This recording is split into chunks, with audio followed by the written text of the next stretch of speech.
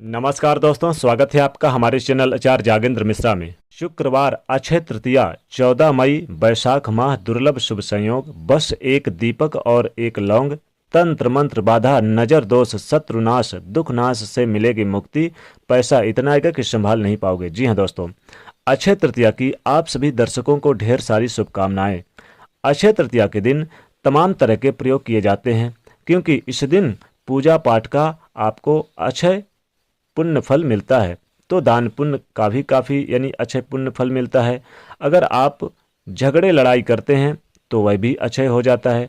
प्रेम पूर्वक रहते हैं तो भी वह अक्षय हो जाता है। आप भजन कीर्तन करते हैं तो भी अक्षय हो जाता है। यानी कि कहने का तात्पर्य यह है कि इस दिन आप जैसा कर्म करेंगे ना, वो वैसा ही आपको मिलेगा। वैसे इस दिन को अबूझ मुहूर्त के रूप में भी जाना जाता है अक्षय तृतीया को, क्योंकि इस दिन बहुत यानी कि अपने आप में ये शुभ संयोग है और स्वयं शुभ मुहूर्त है। और इस दिन बिना पंचांग देखे आप तमाम तरक्की के जो शुभ कार्य हैं, यानी कि जब जितने भी शुभ कार्य करना चाहते हैं कर सकते हैं। जैसे कि गृह प्रवेश करना, वाहन खरीदना, अपना मकान लेना या फिर बनवाना, जमीन जायदाद खरीदना। आप इस दिन कोई भी शुभ काम कर सकते हैं। नया कारोबार शुरू कर सकते हैं। इस दिन किया गया काम हमेशा उन्नतदायक होता है अक्षय तृतीया के दिन, और सफलता का सूचक है। घर के मुख्य दरवाजे पर क्या करें कि ऐसा क्या डालें कि यानी कि जीवन के सारे कष्ट ही मिट जाएं।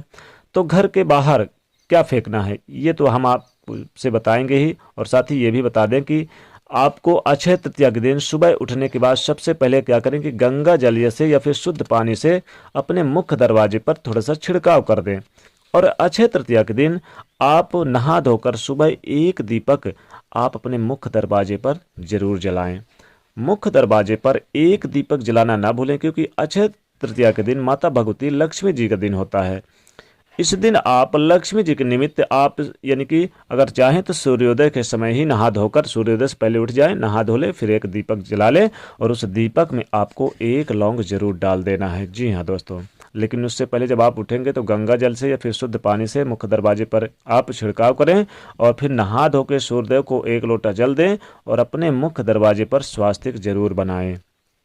स्वास्तिक बनाने के बाद एक बढ़िया अच्छा सा दीपक जलाएं और इस दीपक में एक लौंग डाल लें। और पूरे घर की साफ सफाई भी करें, क्योंकि साफ सफाई अक्षय तृतीया के दिन विशेष माना जाता है, शुभ माना जाता है। घर में कोई कचरा वगैरह ना हो, और ताकि माता लक्ष्मी जी जब आएँ तो आपके घर में खूब सारा खुशियाँ भर दें, छप्पर फाड़ के धन संपदा दें। और मान लीजिए जब आप पोछा लगवाएंगे घर में तो थोड़ा सा उसमें क्या करेंगे, नमक डाल के पोछा लगवाइए। पानी में थोड़ा सा नमक जरूर डलवा दीजिएगा। क्योंकि इस बार की अक्षय तृतीया तिथि 14 मई 2021 दिन शुक्रवार के दिन मनाई जा रही है। शुक्रवार के दिन वैसे भी देखिए माता लक्ष्मी जी का दिन है। अब माता लक्ष्मी जी के दिन अक्षय तृतीया का पढ़ना विशेष शुभ माना जाता है।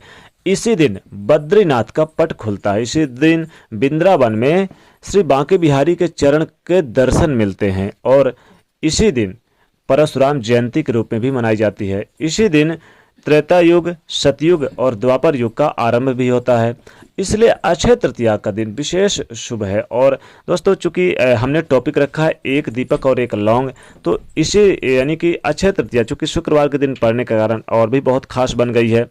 इसलिए आपको एक दीपक और एक लौंग का प्रयोग जरूर इस दिन करना चाहिए।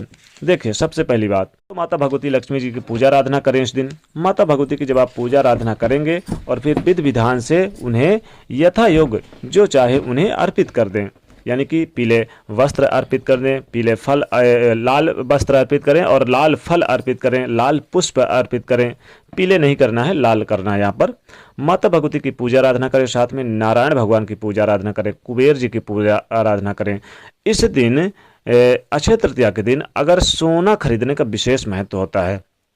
सोना जरूर खरीदे इस दिन। सोना खरीदना बहुत शुभ माना जाता है, और सत्तू खाना बहुत महत्वपूर्ण माना जाता है। सत्तू खाना शुभ माना जाता है। इस दिन खरबूजा खा सकते हैं। अक्षय तृतीया के दिन देखिए, अक्षय तृतीया के दिन यथा योग्य चाहे तो आप कोई वस्त्र ही आप अपने घर पर है नया तो आप पहन सकते हैं, वो भी शुभ माना जाता है। अब चलिए, अब हम बात करते हैं एक दीपक और एक लौंग का, जो हमारा मुख्य टॉपिक है। दोस्तों, आप शुक्रवार के दिन पड़ने के कारण चूंकि माता लक्ष्मी जी का दिन है और अक्षय तृतीया भी विशेष रूप से माता लक्ष्मी जी का दिन है, इसलिए आप इस दिन माता भगवती लक्ष्मी जी की आप पूजा आराधना करें। जब आप सूर्योदय में यानी कि सूर्य भगवान को एक लोटा जल देने के बाद पूजा आराधना करेंगे तो एक दीपक माँ भगवती लक्ष्मी जी के सामने जरूर जलाएं। उस दीपक में अपने सर से क्या करें कि एक लौंग ले लें या 2 लौंग ले लें और अपने सर से 2 बार उल्टे बार के अपनी मनोकामना बोलते हुए उस यानी दीपक में डाल दें। निश्चिंत आपके सारे मनोकामना माता भगवती लक्ष्मी जी पूरी करेंगी। एक क्या करें कि देखिए, दीपक चूंकि शुक्रवार का दिन है तो आप शाम के समय यानी कि जब शाम हो जाए तो क्या करें कि आप जब माता भगवती की पूजा आराधना करने बैठेंगे तो इस दिन आप एक दीपक जलाएं और एक दीपक जलाकर आप वहीं पर लाल वस्त्र में 2 लौंग यानी कि रख दें और 2 लौंग रखने के बाद उसमें चाहे तो लाल पुष्प अर्पित कर दें, लाल फल भी उसमें रख दें और माँ भगवती लक्ष्मी जी के सामने अर्पण कर दें और फिर मन की जो मनोकामना है बोल दीजिए। अगर तंत्र मंत्र बहुत ज़्यादा परेशानी है, शत्रुओं से परेशानी है, आप पीपल के वृक्ष के नीचे एक दीपक जला दें और अपने सर से 2 बार उल्टे बार के या 3 बार या 11 बार 2 लौंग डाल दें या फिर जड़ में डाल दें। जीवन के शत्रु शांत होंगे और कभी भी परेशानी नहीं होगी। अगर पितृ बहुत दोष आपको परेशान है या पितृदोषों से आपको परेशानी हो रही है, पितृदेवों के निमित्त अगर आप जैसे कि अगर मान लीजिए तो कुछ यानी परेशानियां हो रही है तो आप इस दिन चाहें तो जब आप सूर्यदेव को जल देते हैं तो उसमें काला तिल डाल के दें तो पितृदेव भी प्रसन्न होते हैं।